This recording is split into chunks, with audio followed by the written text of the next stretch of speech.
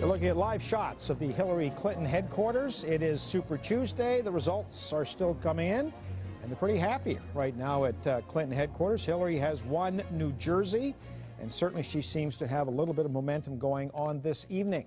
Welcome back to the program. I want to update you on the latest results. Well, in fact, that's the latest one right there, New Jersey, Hillary Clinton. Of course, at the end of the day, each party wants to put up the candidate that has the best shot of winning. Who might that be? Joining us now to handicap the Republican and Democratic candidates are Solon Simmons from George Mason University and Christopher Hall from Georgetown University. Christopher, if we could start with you. This race has been pretty close up till now. How do we account for that? We have two very different candidates on the Democratic side. Well, we do have different candidates, but they're appealing to different constituencies to some extent. Hillary Clinton really is drawing the mainstream Democratic voter, the people who loved Bill Clinton and were enthusiastic about the 90s and remember those golden days of the Democratic Party. On the Obama side, on the other hand, you've got people who are being drawn to the process by their excitement about this new figure. So you're really talking about people who are appealing to do very different kinds of Democrats. Solon, you agree with that? For the most part, I do. I think that this is, I think that there's a reform agenda that's at work in this campaign. We see change has been the mantra throughout. The obvious candidate of change is Obama for reasons not only because he's a black man running for the office, Hillary Clinton, of course, being a white woman, but also because he's really the new figure. And so it's very easy for him to fall into that role and to pick up that energy, and also because he's so charismatic. You know, I mean, he brings the energy. We've been seeing him close in the latest days. And we'll see if that continues through. That's what we're waiting for today, is to see how close does he get, I think. Well, and he's brought a lot of young people to this race. He's got a lot of celebrity attention. Does anyone care, by the way, if celebrities endorse a candidate or not? Does anybody care? I think that there is some attention that's paid to it. What it really does is draw attention. It's not so much that people care, you know, who a particular celebrity supports, but it allows people to take another look at a candidate and say, you know what, this person or that person has drawn my attention back to this candidate. Let's just take a look at them and see what it is that might have attracted that person. You're seeing very large crowds with Obama, for example, carting around some of his supporters. And those crowds then get a chance to be exposed to Barack Obama. And I remember in Iowa, as people were coming to see Oprah, they really were coming out saying that they really wanted to hear more about Obama. So they were there to see Oprah, but they wanted to hear more about Obama. Yeah. Solon, if these two are still standing at the end of tonight, it's going to be a very long night, not decided until the wee hours, obviously.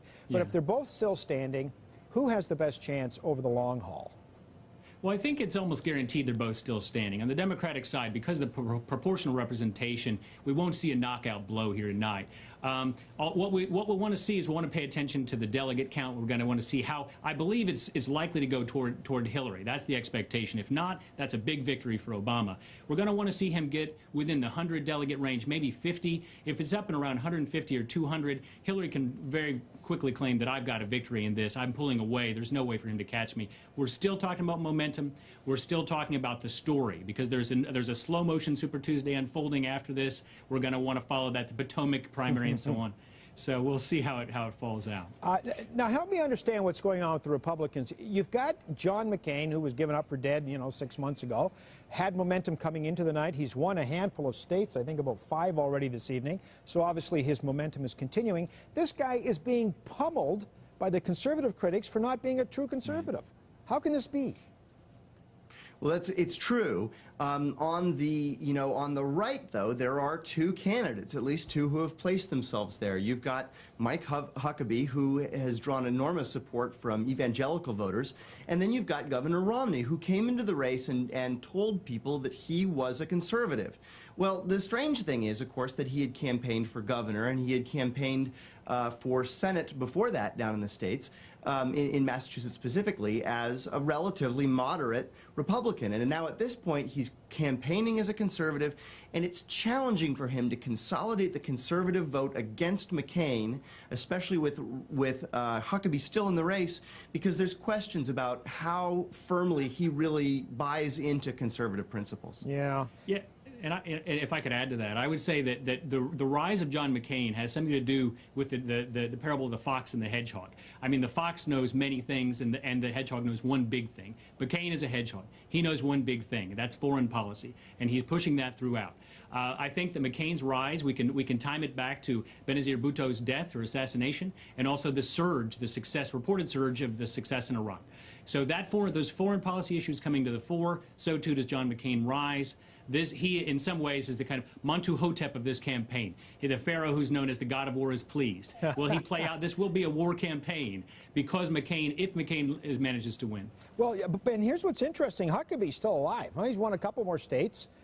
He won the first one on this evening. Surprised everybody, I guess, when he won the kickoff event. But this guy's still alive. So can he be around at the end of this night? Oh, and I talked to a Huckabee supporter today who's actively involved in the campaign, and they're counting on being around. Understand that West Virginia is clouded by claims that McCain supporters through their support behind Huckabee in order to deny Romney a win in West Virginia, which is why Huckabee won. I don't know that that's true, and I don't know that the level of accuracy about it, but certainly everybody seems to be talking about it. Huckabee appears anxious to play the role of spoiler against Mitt Romney, and if Mitt Romney decides to stop investing his own resources and ultimately drop out of the race, it's Huckabee who is left standing. Whether he wants to be the ultimate nominee or whether he wants to be the vice presidential candidate is anybody's guess. Okay, gentlemen, we only have a few seconds left. If I can ask you, who is the most electable Republican and the most electable Democrat? I would say that probably McCain is a wise bet for the Republicans. It's fascinating to see that he rose to the fore. On the other side, it's very hard to say. Obama's still a bit of the rolling the dice, as Clinton said, but he's very appealing and could easily rise.